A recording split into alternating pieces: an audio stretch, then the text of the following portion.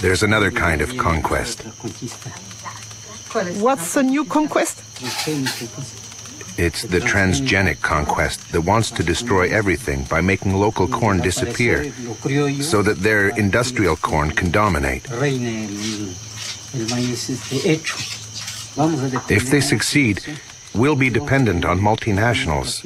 We'll be forced to buy the fertilizer and insecticides they sell, because without them, their corn won't grow.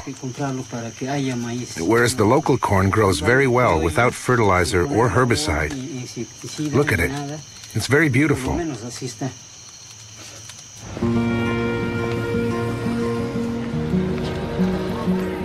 Ignacio Chapela's article provoked a violent reaction in Mexico. Since then, the National Ecology Institute has confirmed the contamination of Mexican corn. Roundup Ready and Bt genes have been found in corn from 5 regions of the country. What would happen if bioengineered corn crossed with traditional land races? Dr. Alberas Buya led a study using a local flower. She inserted the same gene in several specimens and then observed their growth. We observed that 2 plants, strictly identical from a genetic point of view, in other words, they both have the same genome, the same chromosomes and the same transgene. The only difference is that the transgene is located in different places. And well, once they grew, these plants presented a phenotype. That is to say, flower shapes that were very different. Some have flowers that are identical to their natural counterparts, like here, 4 petals with 4 sepals, but others have abnormal flowers with abnormal hair or strange petals. In addition, some are completely monstrous. The only difference in all of these plants is the location of the transgene, which was inserted randomly. Why is that worrisome? In Mexico, once the transgenic corn seeds have been released into the environment, it's very likely that the transgenes will insert themselves into the genomes of the local Mexican varieties. It's an unavoidable phenomenon, because corn plants cross naturally by wind-blown pollen. Given that, we fear that the genetic resources of traditional corn will be uncontrollably affected.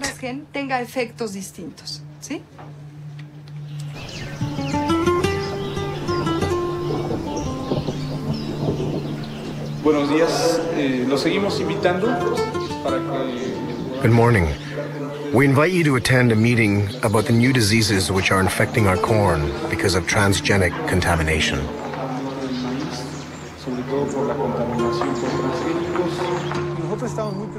Aldo heads an organization of indigenous people. For 2 years, he's been leading an information campaign in Oaxaca communities, where Elena Alberas' fears have already been confirmed in the fields. I'm going to show you some photos of some corn plants that we took in our region of Sierra Juarez. We'd like to know if you have already seen this type of plant in your community.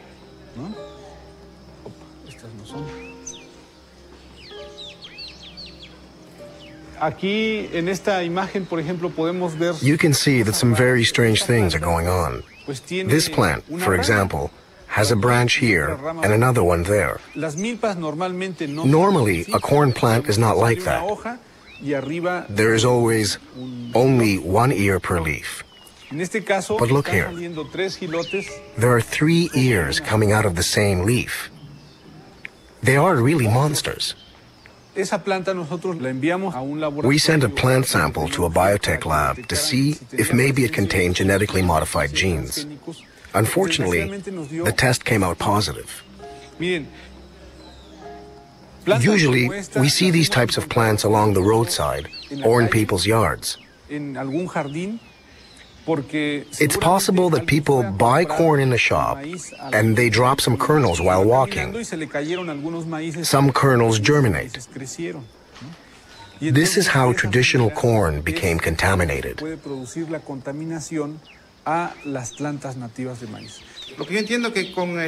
From what you've said, If we don't manage to stop their spread in our fields, soon we'll be forced to buy our corn seed because our own won't work anymore. That's very troubling. What should we do? First of all, if you find a strange plant, you should immediately remove its stamen, because that's where its pollen comes from. In any case, you must be very vigilant in monitoring your plants.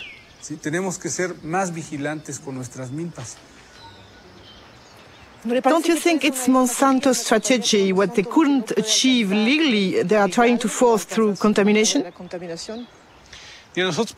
Yes, we end up wondering if the contamination wasn't intentional. If the center of origin of corn becomes contaminated, the rest of the planet could follow. Contamination only benefits multinationals like Monsanto. How did Monsanto react to Ignacia Chapella's study on Mexican corn contamination? Monsanto's Dirty Tricks campaign against fired Berkeley professor Ignacio Chapella. An article by Jonathan Matthews, who heads GM Watch, a GMO information service based in southern England.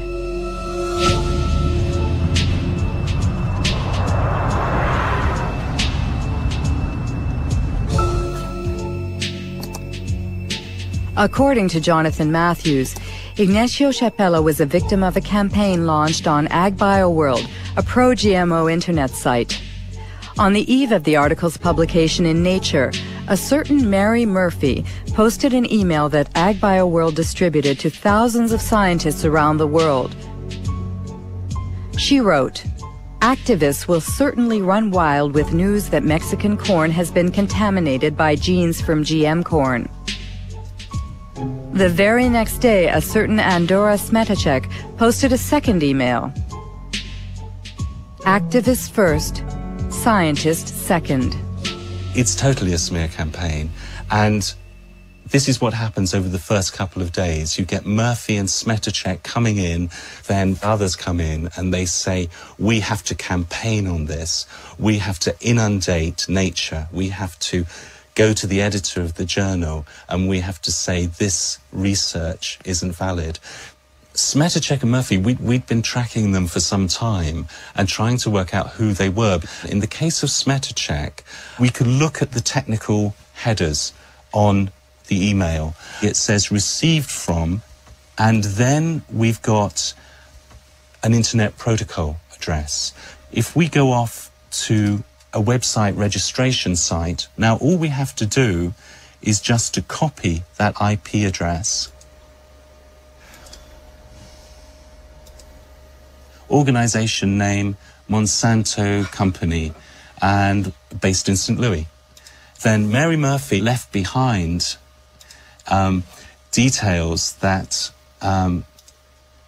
enabled us to track who she was. So if we look here at the information that appeared, posted by Mary Murphy, and then we get the IP address, bw6.bivwood.com. When we found that that was the original name of a PR agency called the Bivings Group, we quickly found out that on their client list was Monsanto, that this was an internet PR firm for Monsanto. That means fake scientists. Very dirty tricks. Yeah, no, we're talking very dirty tricks here. Yeah, I mean, there's no ethics at all in what's going on here. It shows an organization that is determined to push its products into countries around the world, and it's determined to destroy the reputation of anybody who stands in their way.